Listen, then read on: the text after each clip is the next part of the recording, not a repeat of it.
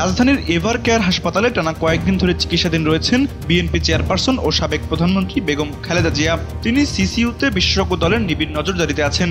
এ অবস্থায় দলে চরম উদ্বেগ দেখা দিয়েছে। বিএনপির স্থায়ী কমিটির সদস্য মির্জা আব্বাস মন্তব্য করেছেন, চেয়ারপারসনের এই অবস্থা স্বাভাবিক মনে হচ্ছে না। শনিবার দুপুরে বাংলাদেশ ফটো জার্নালিস্ট অ্যাসোসিয়েশন আয়োজিত এক অনুষ্ঠানে এসব মন্তব্য করেন বিএনপির স্থায়ী কমিটির সদস্য মির্জা আব্বাস।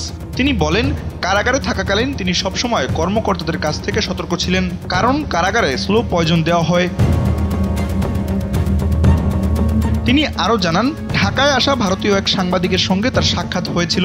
সেই সাংবাদিক তাকে বলেন, বিএনপি কি নিয়ে লাফালাফি করছে, উনি তো 2 বছরও বাঁচবেন না। পাল্টা প্রশ্ন করলে ওই সাংবাদিক জানায়, ওইভাবেই সব ডিজাইন করা আছে, অর্থাৎ ধীরে ধীরে মৃত্যুর দিকে ঠেলে দেওয়ার মতো একটি পরিকল্পনা করা হয়েছিল। মির্জা আব্বাস বলেন, আল্লাহর রহমতে এখনও তিনি বেঁচে আছেন। শুক্রবার রাতে এভার কেয়ার হাসপাতালে খালেদা জিয়াকে দেখতে যাওয়ার বিষয়টিও উল্লেখ করেন তিনি। জানান, প্রায় 1 ঘন্টা তারা সেখানে ছিলেন এবং খালেদা জিয়ার অবস্থা আগের চেয়ে কিছুটা ভালো মনে হয়েছে। এ সময় তার দ্রুত সুস্থতা কামনা করেন বিএনপির এই নেতা। নির্বাচন প্রসঙ্গে কথা বলতে গিয়ে মির্জা আব্বাস বলেন, যারা এখন দেশের বাইরে থেকে চক্রান্ত করছে তারা বছরের পর বছর দেশটি দখল করে রেখেছিল এবং দেশকে শেষ করে দিয়ে গেছে, অথচ এখন তারা বলছে আওয়ামী লীগ ছাড়া নির্বাচন হবে না। তিনি আশা প্রকাশ করেন, আগামী ফেব্রুয়ারিতেই নির্বাচন অনুষ্ঠিত হবে।